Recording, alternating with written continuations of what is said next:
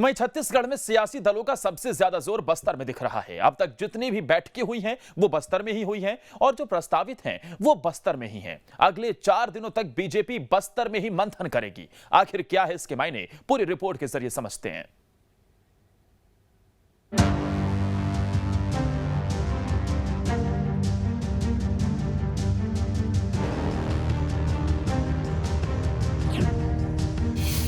पार्टियों के एजेंडे में बस्तर की राजनीति।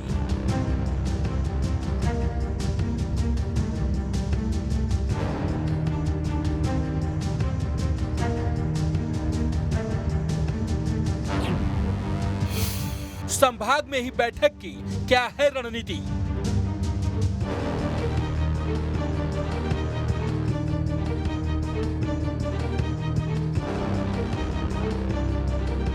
कहने को तो बस्तर संभाग में विधानसभा की 12 सीटें हैं, लेकिन ट्रेंड बताते हैं सबसे ज्यादा जोर बस्तर में ही लगता रहा है। इसका अंदाजा इसी से लगा सकते हैं कि हाल के दिनों में पार्टियों की जितनी भी बैठकें हुई है वो बस्तर में ही हुई है। आने वाले दिनों में कांग्रेस की बैठक होने वाली है, जबकि बीजेपी की 31 मई तक कई बैठकें बस्तर में होती रहेंगी।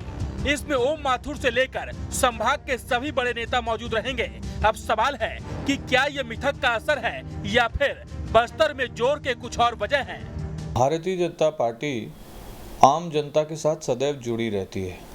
कांग्रेस के नेताओं की तरह हमारे नेता और कार्यकर्ता एसी कमरों में बैठे नहीं रहते। सुदूर वनांचल क्षेत्र हों या शहरी इलाके, लगातार वहां दौरे करते हैं, जनता से बात करते हैं, उनकी समस्याएं सुनते हैं, उसका समाधान करते हैं। जो काम सरकार को करना चाहिए वो विपक्ष के तौर पर भाजपा कर रही है। बस्तर का आम आदिवासी नक्सलवादी सुरक्षा बलों के 2 पार्टों में पिसता रहा, मरता रहा, उसकी हत्याएं होती रही। उनकी ज़मीनों को जबरदस्ती अधिग्रहित किया गया। उनके जो वन अधिकार पट्टे थे उसको लंबित रखे गए थे। उनकी ज़मीनों को टाटा संयंत्र के नाम पर ले लिया गया, संयंत्र नहीं लगाया गया, फिर भी नहीं वापस किया गया, जबकि भू अधिग्रहण कानून में इसको वापसी का प्रावधान है। बस्तर का युवा रोजगार के लिए परेशान था। बस्तर का आदिवासी अपने मौलिक अधिकारों के लिए परेशान था। अब सवाल है कि आखिर बस्तर को सत्ता की चाबी क्यों कहा जाता है और यहाँ कब किसका कितना प्रभाव रहा है? तो आंकड़े बताते हैं कि बस्तर संभाग में विधानसभा की 12 सीटें हैं। 2018 में कांग्रेस को 11 सीटें मिली थी।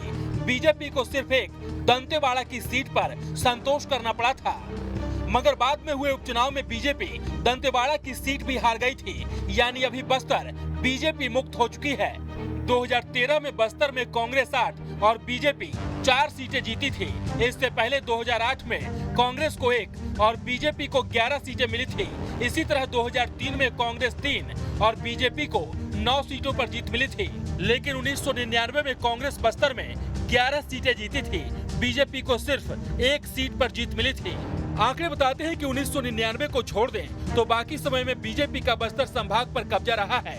लेकिन 2018 के चुनाव में बीजेपी का जनाधार कम हो गया और रहे सहे कसर को कांग्रेस ने उपचुनाव में पूरा कर दिया, जब दंतेवाड़ा की सीट भी छीन ली। इसीलिए इस बार बीजेपी वाया बस्तर सत्ता के रास्ते खोज रही है। छत्तीसगढ़ में बस्तर का अपना महत्व है। वहाँ के लोग एक लोकसभा सीट और सभी 12 विधानसभा सीटों पर कांग्रेस का कब्जा है, इसलिए भाजपा वहाँ पे पूरा जोर लगा रहे हैं। ओम माथुर प्रदेश प्रभारी ने आते ही कहा था कि छत्तीसगढ़ उनके लिए चुनौती नहीं है। उसी दृष्टि से वो कार्यकर्ताओं को लगातार सक्रिय कर रहे हैं। विभिन्न आंदोलन प्रदर्शन, बेरोजगारी को लेकर, शराबबंदी को लेकर और गोठानों को लेकर कार्यकर्ता मैदान में है। मुझे लगता है कि आने वाले समय में 29 में से 27 विधायक जिस तरह से कांग्रेस के पास है, तो भाजपा सत्ता पाने के लिए आदिवासी वोट बैंक को साधने का प्रयास कर रही है। वोट शेयर में कौन कितना भारी रहा है, अगर इस पर नजर डालें तो 2008 में बीजेपी को 42.26%, कांग्रेस को 31.73% वोट मिले थे।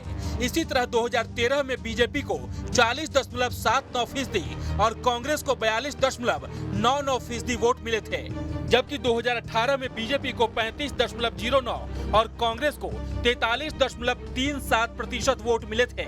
यानी बाकी चुनावों की तुलना में 2018 में बीजेपी को बड़ा नुकसान हुआ। अब आपको बताते हैं आखिर बस्तर जीतने के क्या मायने हैं। तो दरअसल बस्तर के नतीजों का असर आसपास के कई जिलों पर पड़ता है।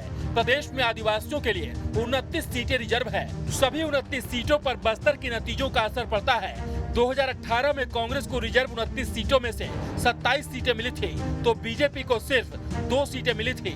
इससे पहले 2013 में कांग्रेस को 18 और बीजेपी को 11 सीटें मिली थी।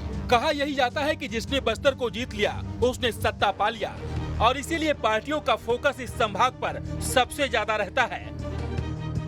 छत्तीसगढ़ की राजनीति में कहा जाता है कि सत्ता की कुर्सी का रास्ता बस्तर के गलियारों से होकर गुजरता है।